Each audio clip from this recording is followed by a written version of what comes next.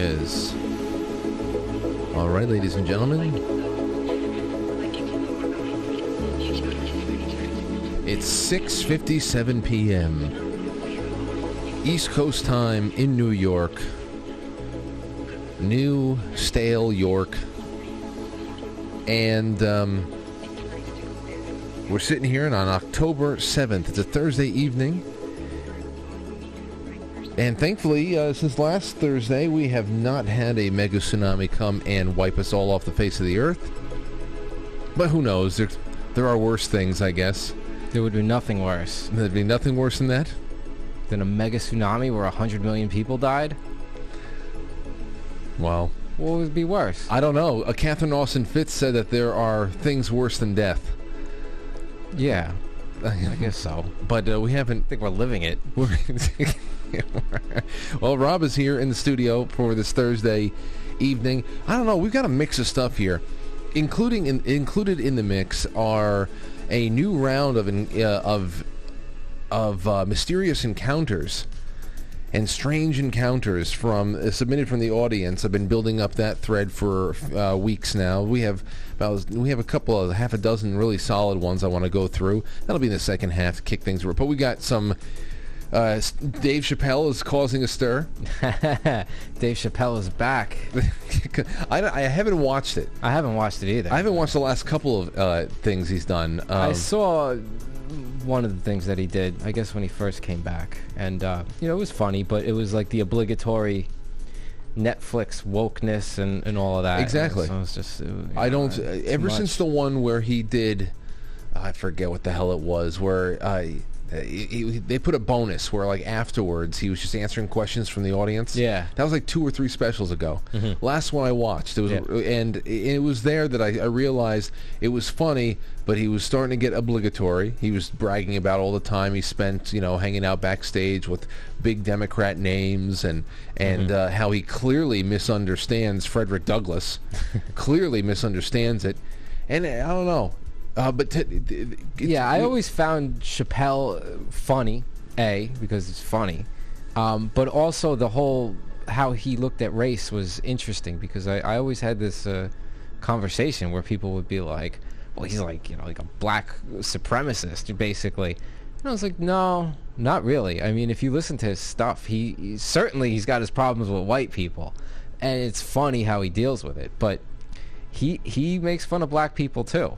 Now, the whole thing was, does he realize how badly he's portraying, because he's even talked about that in his stand-up, where, like, he was doing stuff, and then later on, as he matured, he's like, well, wait a minute, like, I'm kind of portraying my own people pretty poorly here. But I thought that he always had honesty, and I appreciate that. Yeah, and I don't know if I'll watch this special at all, but we got enough clips to make. We have 2 different things. He pissed off the trans thing, that whole thing, that's psyop right there, and then there's just he goes after the Jews, which is it's funny. We got some clips, and those clips alone will not allow us to be on YouTube tonight, because then we'll be playing Netflix stuff, and it's only very short clips, but whatever. Mm-hmm. Either way, we got to do that. Some other things that have happened that have been weird, Rob, I don't know if you noticed this, but there was a man that plunged 9 stories from a New Jersey high-rise today and actually survived. Play that clip? Oh, no, I'm not playing it. Why not? But he landed on a... Is it too gross for you? Yeah. He gets wrecked. But he survives. Yeah. He destroys his BMW. Well, somebody's BMW. Yeah, well, not his. And his shoulder. It's just arm. The arm is just twisted all shit. Oh, man, that's it. So what do you think he's going to do with his second chance at life? I don't know. Probably have a cast on for a little while. Yeah. And then hopefully it inspires him to, like, it's a wonderful life type of deal. Yeah, that's it. Yeah, maybe he'll. That's what he'll say. I wasn't trying. I was going to commit suicide, but I saw somebody else jump, and I wanted to stop them. Mm-hmm. I don't know, but that's insane in itself. 9 stories, and your fall is broken by a car, and you still live. I mean, that's. You wonder why somebody. I guess it's just physics. Things just work out. It's just not your day. It's not physics. In It wasn't one of his death points, possible death points, on his timeline. You know, it's funny you say that, because I used to work, when I worked at Modell's in high school, I was in the sporting goods section, and that's where I met most of the people I know that are from Ghana.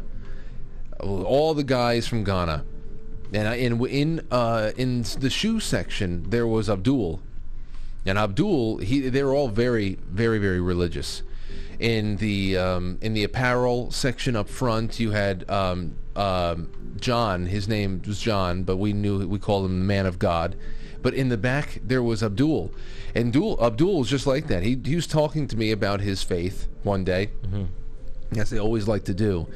And he said, no, you can shoot me in the head, and if it's not my time to go, I will not go. I will not die. Right. So you're telling me if I put a gun to your head and shot you in the head, you wouldn't die unless it was preordained by God? Yeah.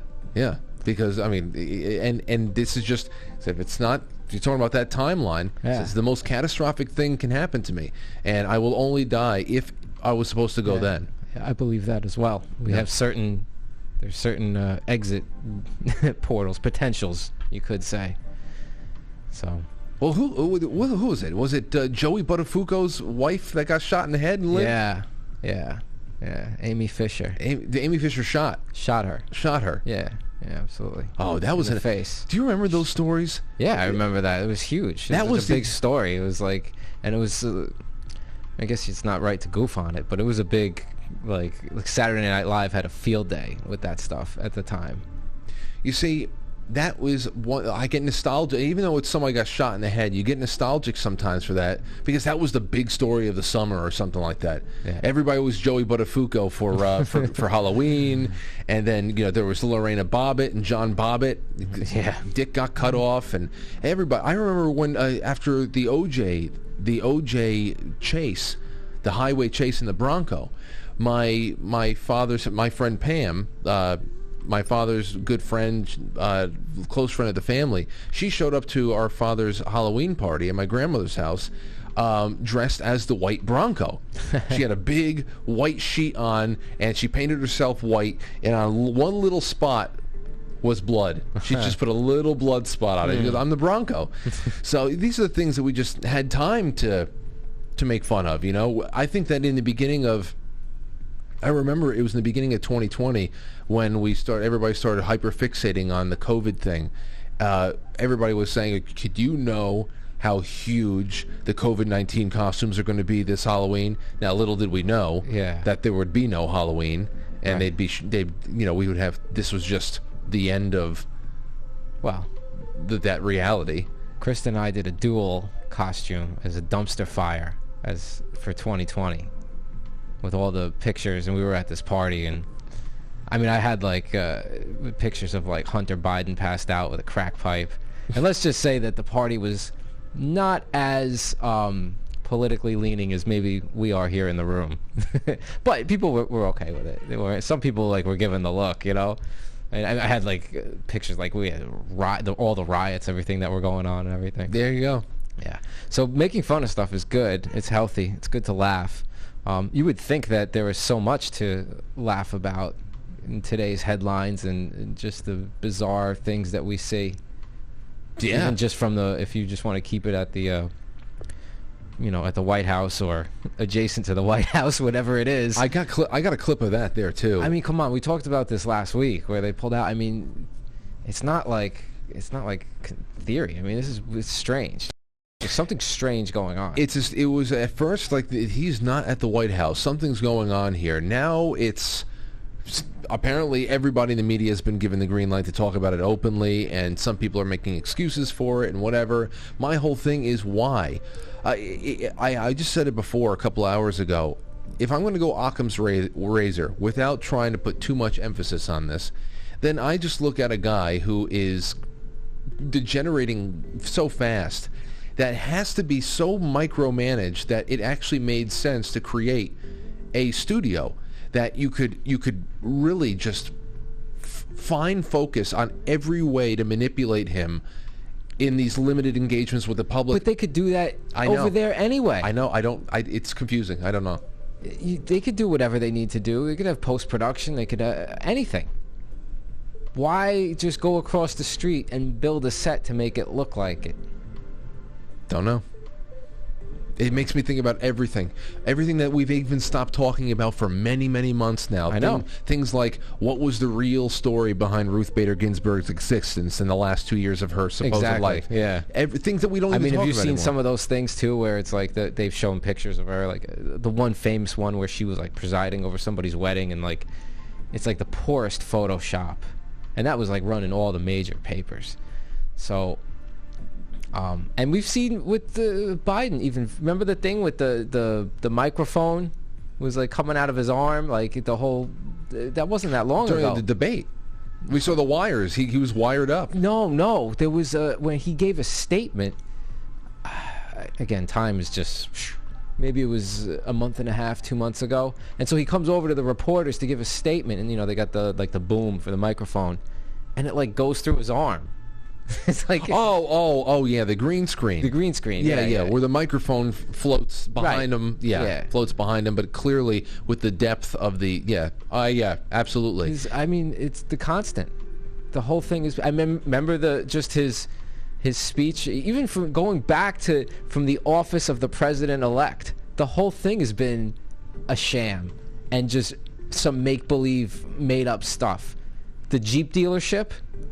The Jeep dealership. Remember the Jeep dealership? Oh well, him driving away in the Ford, and they saw the dummy wheel in there. I know. So it's, yeah. I mean, it really seems that Truman Show president has been trending on Twitter for about 36 hours now. Oh. So it's. So where do you think this is leading? Is there a reveal, or is it just going to slowly degrade? Or because there's nothing, like you just said. Well, people are being allowed to talk about it now. If you and I were talking about this on our own without, it trending on Twitter or whatever, then it's just too, conspiracy theorist, basement dweller, blah, blah, blah, the whole thing. But the fact that the narrative is picking up on it, like we talked about last week, that cameraman did that on purpose. He panned out just to be like, this is fake. Look. Was he disgruntled? Okay, but how did that air? And we don't even know where that aired. That wasn't official because CNN had it said in the White House. On their thing, it said White House. Mm-hmm. Okay, so CNN wasn't playing along with that. So was this, what camera, we don't even know what network was doing that. I mean, what about the time with even like when they were doing another thing when they piped in like Hunter's voice? I don't remember. Right in the beginning. Yeah, this was in the beginning. This was in like January. Well, you remember when Hunter showed up at the virtual DNC on the screen, and we're like, who the hell is that? The mascot. Yeah, it's Hunter Biden. It's like, what? Yeah, right. Like, no, it's not Hunter Biden. I know. It's all some weird fucking shit. Yeah. Whereas. Now, we know what Hunter Biden is. We know him so well. We've seen him naked. We've seen him smoking crack. We know what he looks like. Yeah, we know what he looks like. We know what he is. We know what he does. It's like, come on, man. That was great. Like I was saying, in that costume, so we had like a dumpster, and then we dumpster fire, and we had trash bags and everything, and I just had, it was like this big, blown up picture of him just passed out with the crack pipe in his mouth. People were like, oh. And I'm like, yep. Welcome to the dumpster fire. That is 2020. Little did we know that 2021 was going to, I would say, exceed it. Well, dude, look at this. Because at the time, it was like, it was Halloween 2020. So, all right, another 2 weeks of this, not even. Another 7 days, and then okay, and then as we go, we'll be good.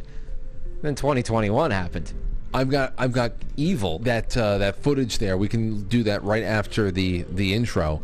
But as far as what is shaping up right now, obviously there is still, we just see these little bubbles popping all around us that all point toward hacks and ransomware and cyber security breaches. So the cyber pandemic thing is coming. They're keeping that in their holster there. Do you think that's what that was? That was like a warning shot? Which? The whole thing from the other day, Facebook, WhatsApp, all that. I don't know. Went down. I actually, now that we saw who that whistleblower was and we got to watch that. Just ready-made, ready to go. And it's so bad. It was bad. It's so, I mean, it's just terrible writing We were on their wondering. part. Yeah, we said, is this cyber pandemic time? And then, Jim Lee and a few other people got in touch with me and said, I don't think it's cyber pandemic. This is on their end. Somebody seems like they're scrubbing and securing something. Okay. Then the next day, she comes out, the whistleblower, and she's an obvious glowy. Oh, it's just it was a farce. Fucking glow. Yeah. And she's glowing in the dark for the entire world to see, talking about how this, and I have no clue, but it's obvious. It makes more sense that they were working, the whole thing was part of the same package than it was cyber pandemic. So I don't know. But it's still, there's so many plots being run at the same time. Everything's being run at the same time. It's full court press. I know. But there is a divergence point where everything merges into the same end goal. Well, yeah. That's it's definitely, certain people have an end goal for this, for sure. Well, there's this here too. U.S. troops, now we learn about this, U.S. troops have been deployed in Taiwan for at least a year. So China is at least barking very wildly. This is what I don't get. While China is barking about Taiwan and the U.S. and the U.S. is putting their things, all these things that would make you think like we're going toward a war. I always believed that even, especially if Donald Trump was allowed to, was able to get by whatever firewall was in his way for 2020, and he got in office, that the first thing that they were going to do was pop something off in a controlled way with China. So, because they're business partners in everything. The people who are running the show over here are business partners with the upper echelon. We heard, speaking of the crackhead, Count Crackula, Biden, his son, he was not only in business with oligarchs over there in China, he's on tape talking about his dealings with Chinese spy chiefs. You know, so this is very serious upper echelon stuff. So I always thought if there was going to be a kinetic engagement with China, it was going to be controlled for some kind of world optics purposes. Absolutely. You know? And then so maybe that's what we're seeing now. Yeah. And meanwhile, on the other hand of things, you have Russia, which is clearly anti-New World Order. And I just saw this article today talking about how nearly 60% of all the cyber attacks in the world are coming from the Russian state-sponsored hackers in Russia. So they're pushing the blame toward Russia with the cyber attacks, and meanwhile they're saber rattling with their number one business partners in China. Right, exactly. Makes no sense. I know. So let's just start this one off and let's have some fun. We'll be right back, ladies and gentlemen. We will see you where we see you. Sorry, Franklies. The rest of the show is available at quitefrankly.tv. Quitefrankly.tv is the place to catch the latest episode, the latest blog entries, links to becoming sponsored. If you want to buy a t-shirt or something, visit the merch store. Quite Frankly streams live weekdays at 7 p.m. Eastern wherever you get your podcast. Now, head to quitefrankly.tv and we'll see you there.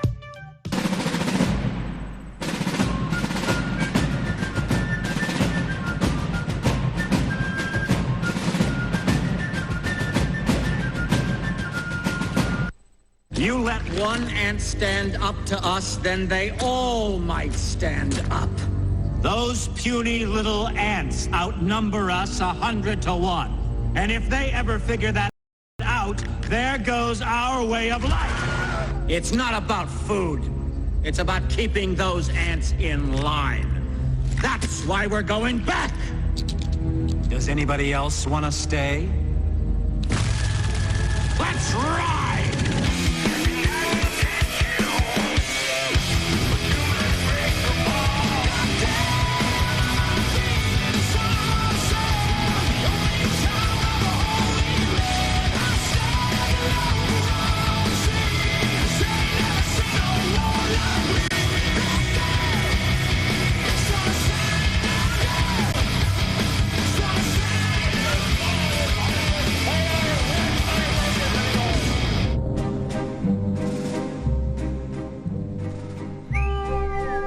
All right, welcome to the show.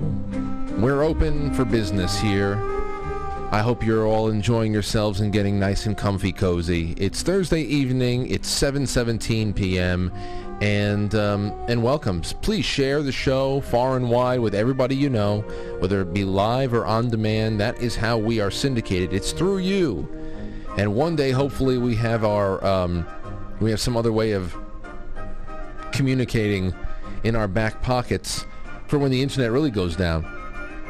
Because you know that day's coming. If they're doing this, Rob, if they are committing to this kind of stupidity, this stupid act, and all of these props and trying to make things look legit when they're obviously something is stinking like shit and is not believable at all, then you know that it is really desperate times in the production department. Eventually, they're just going to have to turn off the lights. Yeah. You know, it's too much. Yeah.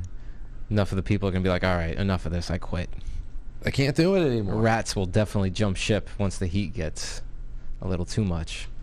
Here, look at it. Here, Jeff Carlson put this out, the market's work. The Administration of Transparency says uses a fake briefing room, false backdrops, and limited access with pre-selected reporters. Here is a clip, 44-second clip from Town Hall. It appears as though White House staff has ushered reporters out of the room during a live stream in which Joe Biden was discussing raising the debt ceiling with CEOs. The White House's live stream ends then abruptly, as did network coverage of the event. Watch this, 44 seconds of weird. So I'd now like to turn it over to Joanne Jenkins. I was just sitting there. Means to her members. So thank you, Mr. President, for the opportunity to speak to Now the you see the press that are all being ushered out. impact of not raising the debt ceiling on our members in particular, and then nearly 65 million people across this country who rely on service. Now, what is this room? It's that same room from last week. Yeah. Obviously, the scene outside of the windows that are being projected are different, and somebody will say, well, they're trying to come up with a better way to do official functions while safely maintaining 6 feet of distance or something like that. It's just They're all vaccinated, though. What's that? They're all vaccinated. Yeah, so, apparently. So, you know. Doesn't matter. Right. Oh, you have no clue the shit that I've overheard recently. People talking. There's no more reasoning anywhere. Security. So it gets cut off. Now here comes the networks. Series of their work life. For nearly a half of those. Cut off again. All right. It looks like we have lost the feed there, but that was President Biden and U.S. Treasury Secretary Janet Yellen at the... Yeah, so weird shit. Oh, man, so weird. And listen, 38%, you saw that? I don't believe that. It's probably high. I think that's like plus or minus 15%. 15. Can you got imagine? 20% of, people that are just so damaged or whatever.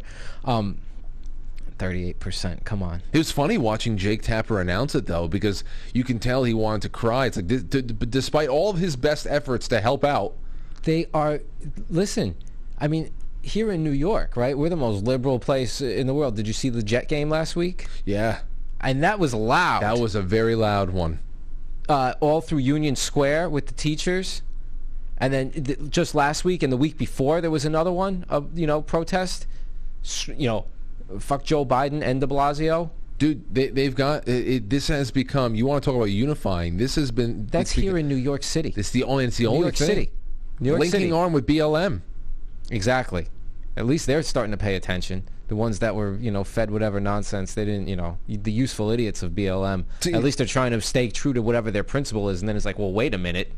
If we're going to be forced into this, isn't this against what we're supposed? Why would we support this? The only thing that's going to be hard for them is going to be taking themselves off a pedestal where everything is about them and racism, to see that maybe it's a little bit bigger. And right, yes, right. Inside of there are grievances for everybody that could be addressed. But like you said before with Dave Chappelle, he obviously has some problems with white people. I don't give a shit. Yeah, that's fine. That's fine by me. Let's just make sure that the house is clean and everybody can just be kind of free to be angry with whoever, wherever they are, but we're not entangled with each other. That's well, there's a reason they're stoking this division, right? The whatever powers that are, whatever you want to call it, is because can you imagine when that happens? When it's class. It's not even class away. I mean, because even the upper echelons aren't even really the shot callers, but that on our level of things, once there's that unification, that is going to be a force. I hope so, because I'll tell you, it definitely is, and I feel it percolating. I've said a while ago that I felt the shift in the energy, and it's changed, and I've yet to see it manifest, but I have felt it for sure. Where, okay, and then even after I felt it, I started seeing like a little bit like your antenna's off here, because it looks like it's getting much worse and worse and worse. So it hasn't come through yet, but I definitely, in my heart, I believe and I feel that things are shifting. Things are changing a bit, where people are like, well, wait, hold on. And then once you have that sort of thing where the people on the ground, whether it's Black Lives Matter or whoever, these things, and then they turn to the, you know what I mean? They stop realizing who's playing who, and then you turn to this, and then you'll see. I mean, because to see stadiums at college football chant "fuck Joe Biden," okay, because college stadiums you get 80,000 people down in Tennessee or something like that. That's well, you could easily dismiss that. It's happening all around. And then even the fact that you see that they're doing like the "Let's Go Brandon" thing. Yeah. How they tried to position it. And then did you see when they at the whatever it was, the Congress baseball game, where they faked "We Love You, Joe" stuff? I played that on Friday. No, on Monday evening. I played it on Monday evening. The "We Love Joe, we love Joe." Right. It's too. The creepy thing about it is, no, there was not, and the injection of the fans, that there was not a crowd that big there. Number one, but the children chanting "We Love Joe" was the same child's voice, doubled and tripled. You actually can hear you have to listen to it. Okay. Not only is it superimposed and actually dubbed in. They couldn't even get two children to agree to do it. No, it's completely foreign audio, but they got one child and doubled it up so it sounded like a little click. It's so insane what they have to go. I feel bad for the production department at the White House. Yeah, it's but worse I than don't. CNN. I don't though. I mean, you made that choice to have that job. What a loveless job. Wake up and just go somewhere else. Loveless. Call in sick for the rest of the however many time. Let them just Oh God, it's so amazing though. I don't know. There's definitely plenty of divisions to inflame there though, because listen, this is we're living out the final phases of a timeline that this is what you get with multiculturalism. This is the ugly gift that is multiculturalism, a real balkanization of people. Right. There are things that we're never going to come together on, but there are some times where we can have an eclipse. Well, I mean, I think that, but there's a commonality in that, in the human aspect of it. I think that the races of people should take pride in what you are and maintain your customs, your culture, and all of that. There's nothing shameful in that. I mean, and that's part of the left's message, except for one race who it's shameful to take pride in their own existence, right? Yeah. But there's a common level amongst humanity. That's the issue, So this is where the unification needs to happen for sure on that level. You want to see another crazy little magic trick that's going on. This is from, let me see, what the hell is this? I don't know. I think this is coming out of Australia. Not sure. abc.net.au. Yeah. So what the hell's happening in Australia, by the way? And Canada is joining them too. They're right lockstep. Yeah, what's happening in Australia is what would be happening here if we didn't have nearly 400 million guns. Right. I mean, that's just and the spirit of America as well. I mean, it's not just the guns. Yeah, there's a culture. The guns help. Don't get me wrong. There's a culture. There's a certain how this country was founded. Right. There's a certain this that we have. That's what we're finding a little bit more of. I think that is going to be if there's anything that we can hold in common, it's just that whether you are a leftist lunatic or you are someone who believes that government in all shapes and sizes and forms is the bane of our existence and needs to go. Whether you're on one side or the other, everybody likes to be able to walk out of their house and go for a bite to eat. You know, everybody likes to go for a walk in the park without having some fucking cop tell you to put a burqa back on. You know, or like what you're seeing in Australia, people are in open air parks, and you have a battalion of troops coming through, swinging rubber mallets at everybody. What the fuck? Because they don't. Jeez, man, it's incredible. But also in Australia, take a look at this. Something else I've been suspecting, and I'm sure other people have too. Here's the headline for you: dozens have been potentially given harmless saline injection instead of COVID-19 Pfizer vaccine in Melbourne mix-up. All right, we've had those same mix-ups make headlines in this country too, and you wonder how bad the mix-ups really are, or whatever. Deep Dean GP Clinic has apologized to 30 patients who booked in to receive a Pfizer vaccination last Sunday, saying they may have received a harmless saline injection by mistake. The key points: the mix-up may have affected those who got jabbed between 1 and 1:30 p.m. last Sunday. The clinic is still trying to contact patients who may have been mistakenly injected with harmless saline. Pretty much, the headline should say, dozens spared vaccine. Those people between 1 and 1:30, it wasn't their death period. Right. Yeah, exactly. You know, they definitely are doing all right. They said the error did not cause physical harm to people, but may have caused anxiety.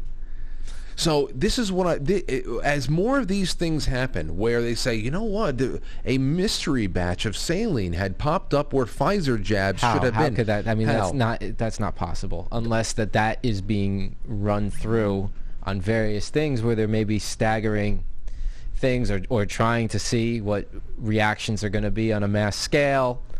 What's really going on here? Yeah, what's really going on here? And it makes sense. I mean, I don't have any illusion that this vaccine was meant to do anything as far as not having COVID. But maybe it does speak as to why you're having the breakthrough cases, for sure. Yeah, and I really do. If it's even a thing, like you said, there's a built-in. They're finding their control group one way or another. Right. They still need to know exactly how effective or ineffective, wink, wink, things are. Right. And then other than that, there's also going to be another upside to putting batches of saline out there, is that those who get the harmless salt water in their arms will be those who say, I got it and I'm perfectly fine, and I haven't. And listen, I got COVID and it was very mild. Oh, really? Right. You got the 99.8% survivable virus, and it was the vaccine.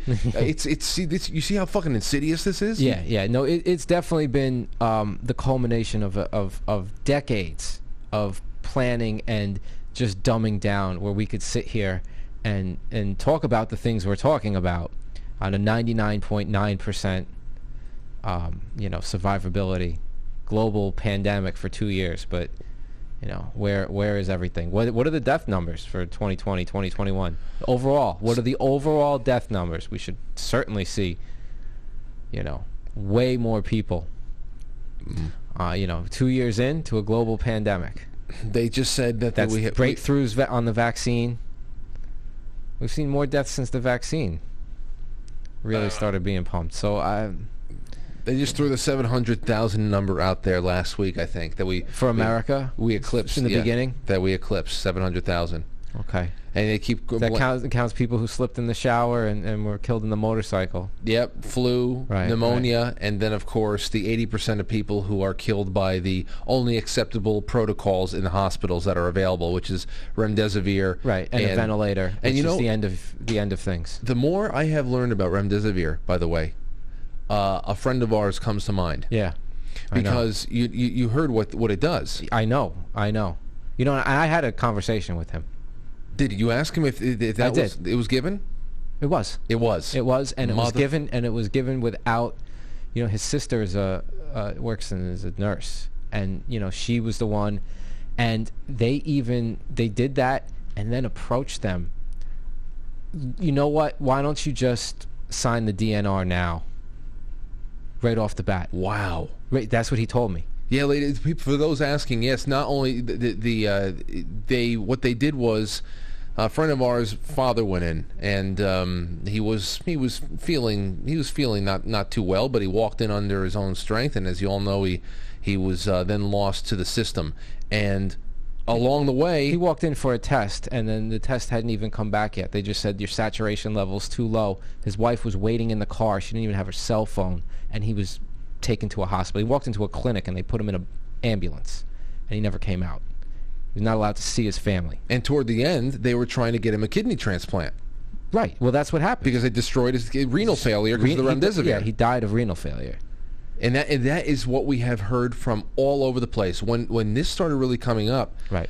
When they started breaking down what the remdesivir has been doing, which was a massive failure as far as it being used in Africa for Ebola. Right. Massive failure. Over 50% of the people who took it died there too. Right. So the fact that they went to that exactly. As far as the official protocol in the U.S. is... And protocol is right. He told me that, the intubation was done in the middle of the night, and it was just done. There was no consulting with the family. Like, we think that he's intubated. My God. Yeah. And then it was kidney failure. So, horrible situation. And, but as we've learned, it's actually a very common... Very. One. Very. I mean, we were getting those doctors and nurses that were making YouTube videos by late spring in 2020 saying how we are going about this is not right. I think we're killing people with the ventilators. Right. And and that was a conversation. I was like, he lost his father. What do you want to throw salt on a wound? No, you want that's to just let it be, you know what I mean? However, I just felt that, just so you know. Okay, this is what's going on. By chance, was it? And he's like, yeah, I think that's the one that they gave remdesivir. Yeah. And I was like, okay, well, just so you know, this is, would you rather not know? Or, because I've seen this, and this is not like quackery, okay? They had studies that you can go to where this is exactly what happened, and it's exactly what happened to his father. So he appreciated it. He was obviously it was tough for him, but he at least appreciated that. That's why I asked you about it. I wasn't going to go to him because I didn't want to. Yeah, and his concern was his mother. Right. Because at that point, he just knows that the overwhelming guilt that would be associated with all of that at this point. And I was like, yeah, I agree. There's nothing. And I understand that too. Grief is very, very messy, but. Yeah. There is no the guilt. It's not. It's what the hell does any one average person have against something like this? You're hearing the things that you're hearing about people who literally cannot get out of hospitals. They're please sign me out. Yeah. And they will not be released. Yeah. I think that to some degree there's got to be some kind of a protocol where you don't want to release people. You say, oh well, they're infectious. No, the real reason I think is because the more people that are released and get better on their own, exactly. all positive trends need to be stunted now. Right. Well, they needed enough numbers in the beginning. Right, and they needed enough panic, and because look at where they did this protocol, and then they also hit the nursing homes. Yeah, because remember, still the mortality rate for COVID is still greater than the average lifespan. The mortality, not rate, the age of mortality average for COVID is still more than the average lifespan. Right? Mm-hmm. So that means that most people that die with COVID are, above what the normal life expectancy is. Yeah. So what is that telling you? And they hit the most vulnerable populations. They knew what could happen with this. They knew about that drug. That was a scientific study. You go out and see it.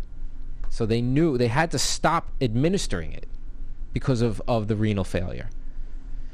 And I mean, anybody with any common sense would have known about the nursing homes, especially when there was so much I mean, over here we've talked about it. You had the giant naval ship. You had the county center. You had the Jacob Javits Center. You had all of these places where these people could have been taken and put, and they put them back in at the most vulnerable places. And it was New York, Pennsylvania, Michigan, California. The other thing, and I think that you would really like this. Last night's